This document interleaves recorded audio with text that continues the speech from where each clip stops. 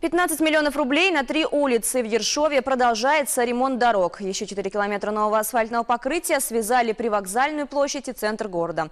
Правда, местные жители довольны не всем. Новое дорожное полотно увидела Анастасия Синичкина. Эти несколько ершовских улиц связывают центральное почтовое отделение, железнодорожный вокзал и городскую больницу. Еще недавно дороги к этим социально значимым объектам были сплошь изрыты ямами и ухабами. Теперь впервые почти за 25 лет от них не осталось и следа. По городу была сделана развязка дорожная. Мы соединили часть города от привокзальной площади до центра города и, соответственно, сделали улицу 25-го партсъезда, которая разделяла город.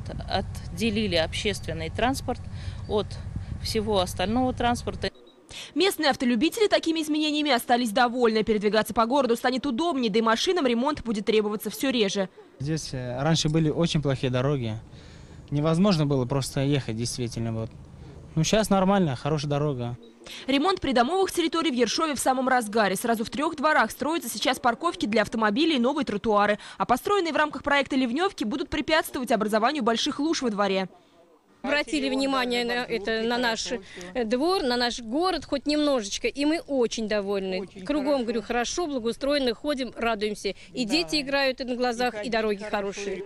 Однако некоторые жители нашли недостатки в работе подрядчика. По их мнению, бордюры следовало установить с обеих сторон пешеходных дорожек. Константин Лекомцев, в свою очередь, пообещал, что все недоработки будут исправлены.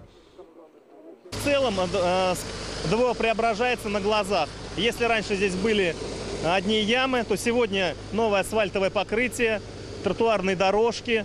А завтра, я уверен, что и жители подключатся к ремонту дворовых территорий. Анастасия Синичкина, Анна Лопатина, Юрий Шатохин, Алла Хрунова. Вести Саратов.